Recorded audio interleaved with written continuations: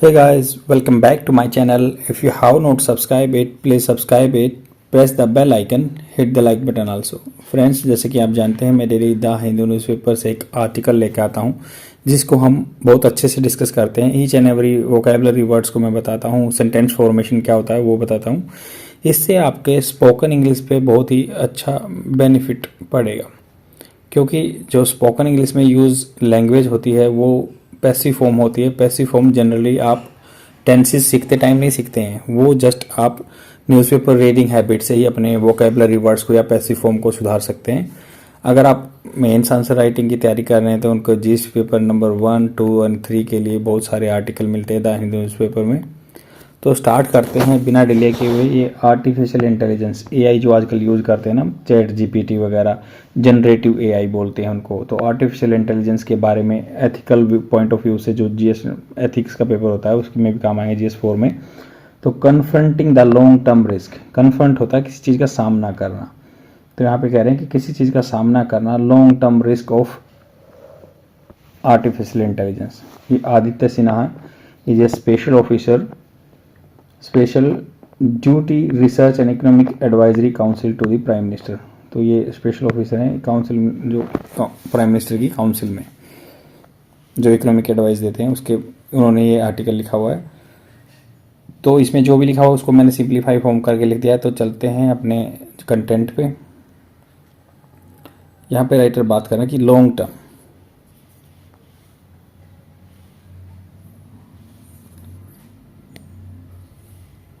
Writer बात कर रहे हैं कि लॉन्ग टर्म, वन सेकेंड,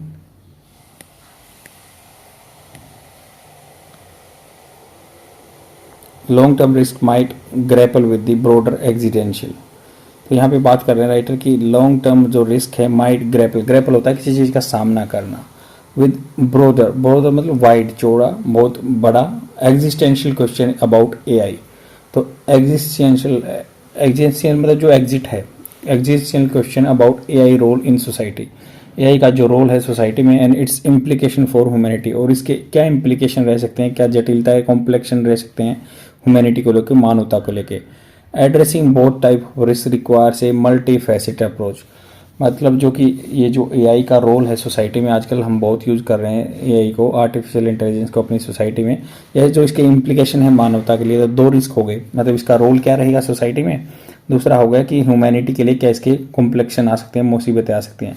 तो addressing both type of risk, दोनों टाइप के जो रिस्क हैं, रिक्वायर से, उसके लिए क्या जरूरत है, रिक्वायर्स वर्ब की फर्स्ट फॉर्म के साथ एस लगा हुआ है, तो वर्ब की फर्स्ट फॉर्म के साथ एस लगा, तो इसका मतलब होता है कि ये सिंपल प्रेजेंट टेंस है,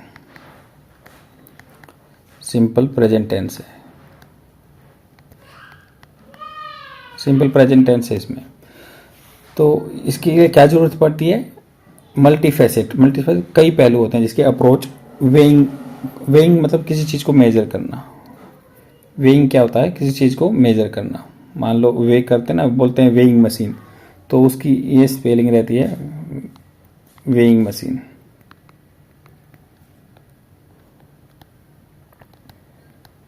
थोड़ा सा पेन मोटा कर लेते हैं, तो वेइंग मशीन इसकी स्पेलिंग रहती है, वजन करने की वाली मशीन वो बोलते हैं वेइंग मशीन।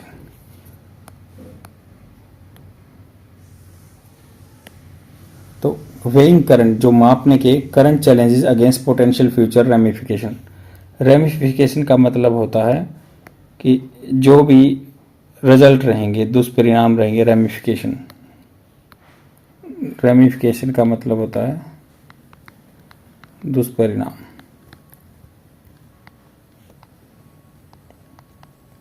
आप स्क्रीनशॉट भी ले सकते हैं इनका, या अपना वैसे ही नोट डाउन कर सकते हैं।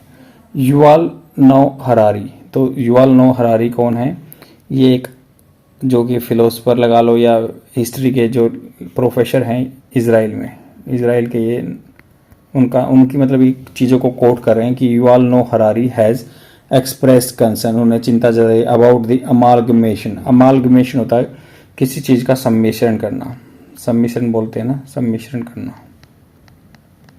अमालगेशन of AI, artificial intelligence and biotechnology, मतलब आर्टिफिशियल इंटेलिजेंस को बायोटेक्नोलॉजी, जो बायो क्या होता है, जो बायोलॉजी आप पढ़ते हैं जीव विज्ञान के साथ मिला के, हाईलाइटिंग द पोटेंशियल, ये हाईलाइट कर रहे हैं कि पोटेंशियल क्या है, ये हाईलाइट कर रहे हैं कि पोटेंशियल क्या है, जो इसका पोटेंशियल शक्ति बताते हैं। To fundamentally let alter, alter होता है चेंज करना, अल्टर का मतलब होता है चेंज करना, ALTR, चेंज करना। देखो कभी आप बस से उतरते हो तब भी अल्टर यूज करते हैं, जैसे आई अल्टर्ड बस, तो मैं बस से उतरा था तब, मतलब क्योंकि पास्ट टेंस यूज किया, वो आपकी सेकंड फॉर्म यूज किए, तो यही अल्टर होता है। वो फंडामेंटली अल्टर, अल्टर मतलब चेंज करना, human existence by manipulating human emotion, तो ह्यूमन एग्जिस्टेंस को मैनिपुलेट करता है ह्यूमन इमोशन के चेंज करने के बाद। तो ये ह्यूमन की जो एग्जिस्टेंस है, जो उसकी अस्तित्व है, उसको मैनिपुलेशन कर सकता है ये किसके द्वारा, by manipulating human emotion, human emotion के साथ, थॉट्स के साथ एंड डिजायर के साथ, जो उसकी इच्छा होती है। In a recent statement by the centre for AI safety, recent जो फिलहाल ही स्टेटमेंट किसके द्वारा दी गई है, centre for AI safety, more than 350 से ज़्यादा AI professional have voice their concern, voice their concern मतलब उन्होंने चिंता जताई। कंसर्न क्या होता है, चिंता,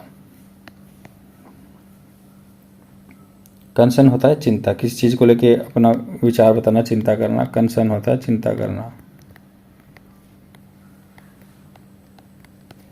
तो वॉइस, वॉइस मतलब आवाज़ उठाना, वॉइस देयर कंसर्न मतलब आवाज़ उठाना।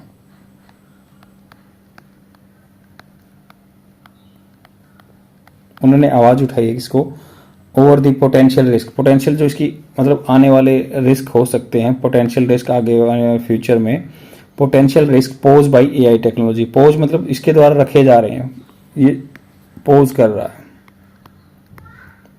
आगे रख रहा है, जो रखना, पोज बाय AI टेक्नोलॉजी। की पॉइंट्स क्या है इसमें, the evolution of human level AI that is capable of out performing human cognitive task, cognitive होता है मतलब बोलते हैं ना कि he is a cognitive person, मतलब इसका विवेक अच्छा काम करता है, कोग्निटिव होता है आदमी की विवेक बुद्धि, बोलते हैं ना इसके कोग्निटिव स्किल्स बहुत अच्छे हैं, विवेक।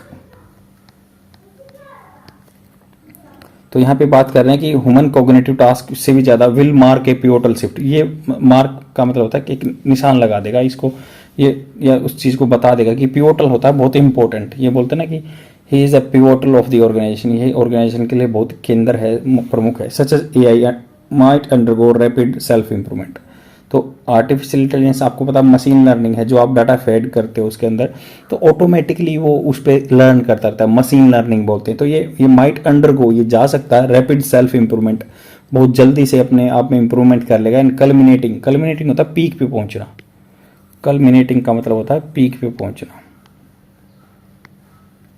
कल्मिनेट होता है पीक पे, मतलब अपने लेवल के एक्सट्रीम पे पहुंच जाएगा, कल्मिनेट होता है पीक, तो ये पीक पे पहुंच जाएगा। इन्हें सुपर इंटेलिजेंस, जो सुपर इंटेलिजेंस आदमी से भी ज़्यादा इंटेलिजेंट होएगा, दैट फार आउटपेस, आउटपेस मतलब पीछे छोड़ देना, आउटपेस मतलब होता है, देखो पेस होता है कदम, आउटपेस मतलब ये जल्दी जल्दी कदम ले लेगा और आउट कर देगा उसको, बंदे वाले को, तो आउटपेस पीछे करना, ये पीछे कर देगा, पीछे करना, तो आउटपेस कर देगा,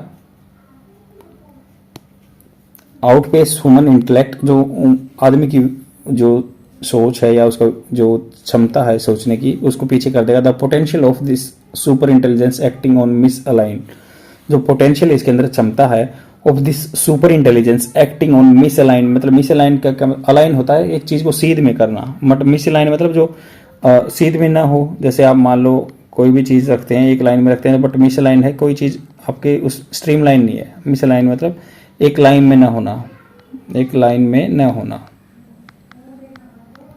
में न होना मतलब जो नॉर्म्स हैं उससे दूर हो जाना, एक लाइन में न होना, मिस अलाइन बोलते हैं उसको। तो यहाँ पे बोल रहे हैं कि एक लाइन में न होना, मिस अलाइन होगा, करप्टेड होगा, या करप्टेड भी हो सकता है, या मलिशियस मतलब जो बुरे भाव से, बैर भाव से गोल्स होंगे, प्रेजेंट्स डायर, डायर होता है कड़े सख्त सिनारियो बना देगा। The world does not have a unified approach, world does not have, देखो डज किस में आता है, डू के साथ ES लगा इसमें, तो डू नॉट होता है, बट डज नॉट, वर्ल्ड क्यों एक ही माना इसको, the world does not have a unified approach, तो वर्ल्ड एक अकेले एक जैसा अप्रोच नहीं है, सब अलग अलग तरह से देखते हैं AI को, तो इसलिए यूनिफाइड अप्रोच है नहीं, अलग अलग तरह से देखते हैं AI को। The lack of unified global approach to AI regulation. तो जो लैक है, कमी है unified global approach to AI regulation can be detrimental and foundational objective of AI governance. ये खतरनाक हो सकता है। डेट्रीमेंटल होता है खतरनाक, डेट्रीमेंटल होता है खतरनाक। तो ये खतरनाक हो सकता है। Foundational objective of AI governance, जो एआई के थ्रू, आर्टिफिशियल इंटेलिजेंस के थ्रू गवर्न करना चाहते हैं, हम रूल चलाना चाहते हैं, उसके लिए खतरा हो सकता है। टू इंश्योर करना मतलब किसी चीज़ को पक्का करना, दैट लॉन्ग टर्म सेफ्टी, लंबे टाइम तक सेफ्टी रहेगी, and ethical deployment of AI technology. तो ये डेट्रीमेंटल हो सकता है, लंबे टाइम तक ये अच्छा नहीं रहेगा। One of the most celebrated regulation out of this is European union AI act. तो अभी रिसेंटली जो यूरोपियन यूनियन के एआई एक्ट आए हैं, हमने पहले भी बात की थी, ये डिफरेंशिएटेड रिस्क बेस पे काम करते हैं। मतलब जिस फील्ड में जितना रिस्क इन्वॉल्व है वहां पे कम यूज करेंगे, जिस पे कम रिस्क इन्वॉल्व है वहां पे यूज कर लेंगे। तो इट अडोप्ट्स, ये क्या किया इसने, मतलब ये वर्ब के फर्स्ट फॉर्म के साथ ऐसा लगा, इट अडोप्ट्स। जो यूरोपियन यूनियन को इट बोला क्योंकि ये नॉन लिविंग थिंग है, तो it adopts a risk based approach, risk based approach, time जो बंधा हुआ है, the severity of the risk of to the area of AI deployment. तो जहां पे एआई डिप्लॉयमेंट होगा, उसमें जहां पे भी एआई डिप्लॉयमेंट होगा उसे ये सीवियरिटी देखेगा, कितने सीवियर है ये, और टाइम है बंधा हुआ होना। टाइम का मतलब हो गया बंधा हुआ होना। टाई करते ना, बोलते हैं टाई कर दो ये, तो इसको बोलते हैं बंधा हुआ होना। तो ये जुड़ा हुआ है किससे, रिस्क बेस्ड अप्रोच से, to the area of AI deployment. However tying risk solely, मतलब सोनली क्या होता है, अकेला, ओनली,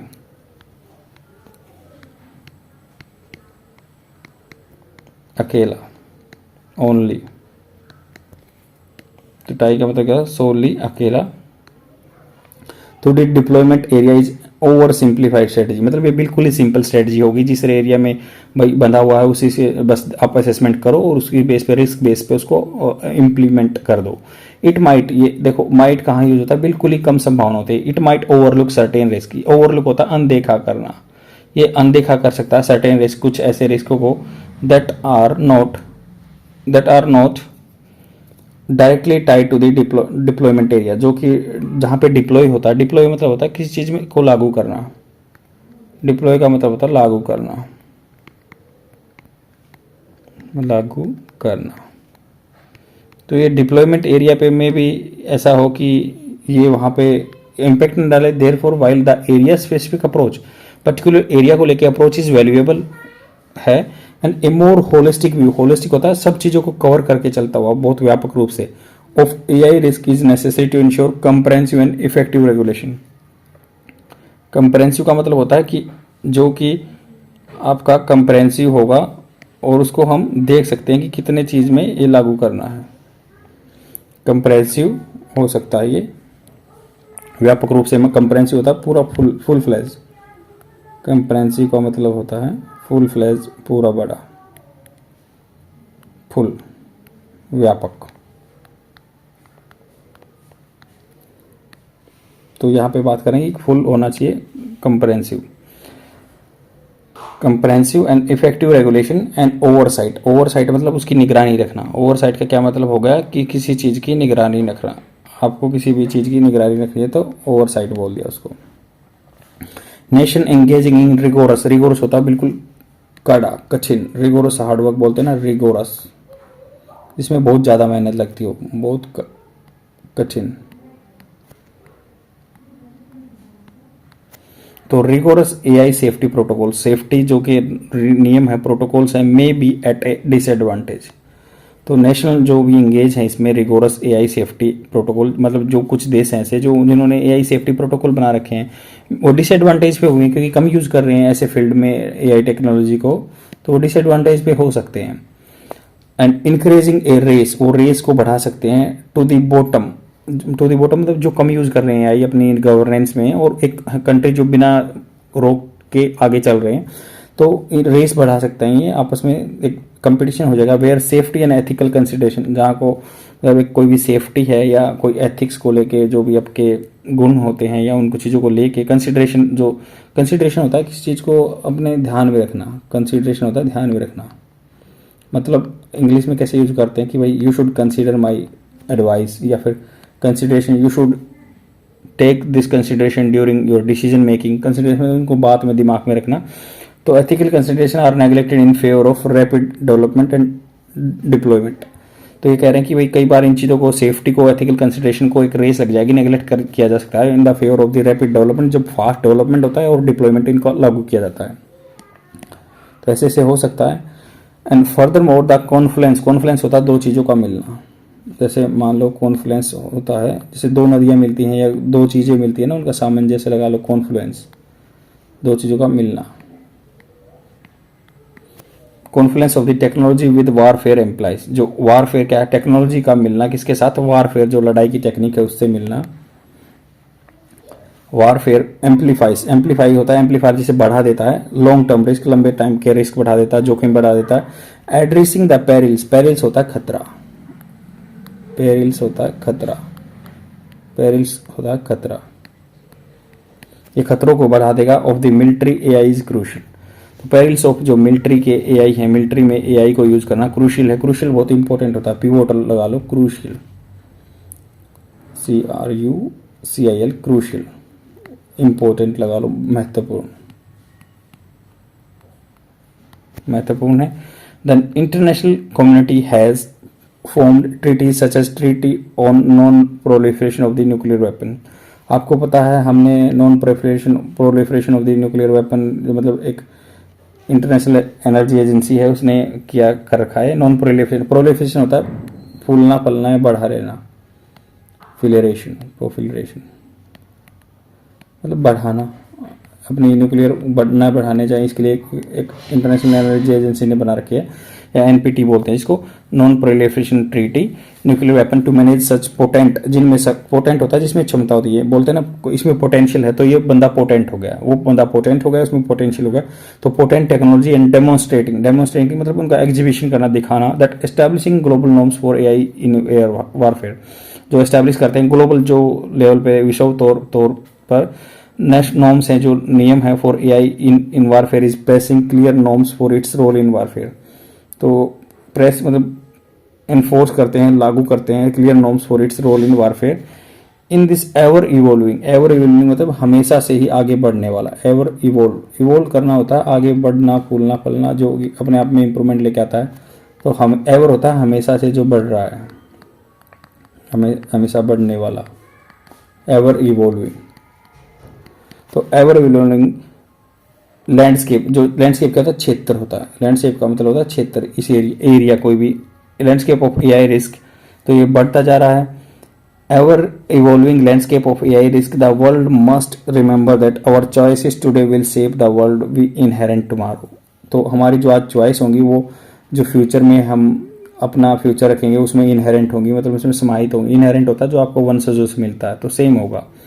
तो यहीं पे ये आर्टिकल खत्म होता है। इसकी पूरी मैं आपको समरी बता देता हूं। देखो इसमें पूरे आर्टिकल में सिर्फ ये बात की गई है कि एआई का हमें रिस्पॉन्सिबल यूज करना चाहिए, एआई का रिस्पॉन्सिबल यूज होना चाहिए, इसलिए क्योंकि जो आज हम कंटिन्यूस यूज कर रहे हैं, रेगुलेशन होना चाहिए इसका। और डे टू डे लाइफ में इसका रोल क्या है, जो हमारी लाइफ में रोल है, एंड फ्यूचर में इसके क्या इम्प्लीकेशन हो सकते हैं यूज करने के, क्या कठिनाई आ सकती हैं, 2 पॉइंट पे बात की है। अभी प्रेजेंट लाइफ में क्या रोल है, इम्प्लीकेशन क्या हो सकते हैं। तो इसके लिए मॉडल ले रहे हैं, यूरोपियन यूनियन ने नए लॉ बनाए हैं, उन्होंने डिफरेंशिएटेड रिस्क पे बात की है। डिफरेंशिएटेड रिस्क मतलब अलग अलग तरह के रिस्क जो इन्वॉल्व हैं किसी भी फील्ड में, उसी हिसाब से उन्होंने अपने एआई को इम्प्लीमेंट कर दिया है। बट राइटर कह रहा है कि जो, या फिर जो इजराइल के एक बंदे हैं हिस्टोरियन, उन्होंने भी, युवान ने भी कहा है कि जो मान लो ठीक है रिस्क को यूज कर रहे हैं ऐसे, बट ये एक पर्टिकुलर एरिया से रिलेटेड ही बात कर रहे हैं जिसमें डिप्लॉयमेंट होता है। डिप्लॉयमेंट होता है लागू करना, जिसमें डिप्लॉयमेंट हो रही है वहीं पे लागू हो रहा है। बट हमें क्या है उससे बियॉन्ड भी देखना है, जो इसके साइड वाइज इम्प्लीकेशन होंगे लॉन्ग टर्म, लंबे टाइम, लॉन्ग टर्म यूज, जो सेफ्टी कंसर्न है, long term use, safety concern and ethical concern, जो इसकी सेफ्टी को लेके है या एथिकल कंसर्न है। क्योंकि ये जो ह्यूमन इंटेलेक्ट को, आदमी की बुद्धि को ही मिमिक कर सकता है, सेम आदमी का काम कर सकता है, इंटेलेक्चुअल लेवल को बढ़ा सकता है, और ये जो अपने आप को ट्रेन कर देगा ना, क्योंकि मशीन लर्निंग पे काम करता है, ये मशीन लर्निंग है, मतलब ये डाटा फेड होगा जो इसमें अपने आप सीखता चला जाएगा चीज़ों को, तो मशीन लर्निंग पे काम करेगा, ये अपने आप को इवोल्व कर देगा। And that can outpace, outpace होता है पीछे छोड़ देगा, आउटपेस छोड़ देगा पीछे, ह्यूमन इंटेलेक्ट को भी छोड़ देगा पीछे। तो ये ह्यूमन इंटेलेक्ट को पीछे छोड़ देगा तो बहुत सारे कॉम्प्लिकेशन आ जाएंगे और आदमी इसको कंट्रोल नहीं कर पाएगा, अनकंट्रोलेबल हो जाएगा। और अभी कह रहे हैं कि भाई एआई को प्लस एआई को यूज़ करके बायोटेक्नोलॉजी में यूज़ करते हैं तो हम आदमी के बिहेवियर को भी चेंज कर सकते हैं, तो इससे कॉम्प्लिकेशन आएंगे। एआई को प्लस अगर हम मिलिट्री में यूज़ करते हैं तो that can be detrimental for the, क्योंकि वो डिसीजन नहीं पाएगा बट सीखता चला जाएगा। बहुत सारे कंट्री ने कंसर्न दिखाए हैं, कुछ ने ये कहा है कि हाँ अगर मान लो कुछ कंट्री अनरेगुलेटेड है, मतलब कुछ कंट्री कर रहे हैं कुछ नहीं कर रहे हैं, तो इससे क्या होगा, एक रेस लग जाएगी, क्योंकि वो बैक फुट पे रहेंगे जो नहीं यूज़ करेंगे, जो यूज़ कर रहे हैं वो, तो उसके लिए एक रेस लग जाएगी और that can be detrimental for the, जो अपने वर्ल्ड के लिए ग्लोबल के लिए बहुत ही बुरा होगा। जैसे हमने NPT non proliferation of treaty है जो वो साइन, मतलब इंडिया ने तो नहीं की है बट औरों ने की है, जहाँ पे न्यूक्लियर वेपन को आगे नहीं बढ़ाने की बात करते हैं। तो सेम ऐसे ही हमें भी जो इसमें एआई का यूज कहाँ कहाँ हो सकता है क्या नहीं हो सकता, इसमें ग्लोबल लेवल पे रूल बनने चाहिए, ग्लोबल ऑर्डर बेस्ड रूल चाहिए, और सेम मतलब एक फ्रेमवर्क तैयार करना चाहिए जिसे सभी कंट्री अपना सकें। इसी से हमारी सोसाइटी का ह्यूमैनिटी को हम प्रेफरेंस दे सकते हैं। आई होप आपको समझ में आया होगा, शेयर जरूर कर दीजिए अपने फ्रेंड में और डेली देखते रहो। Thank you very much. कहाँ मुझे इंप्रूवमेंट करना चाहिए please let me know in the comment section, then only I would able to provide you very valuable content. Bye.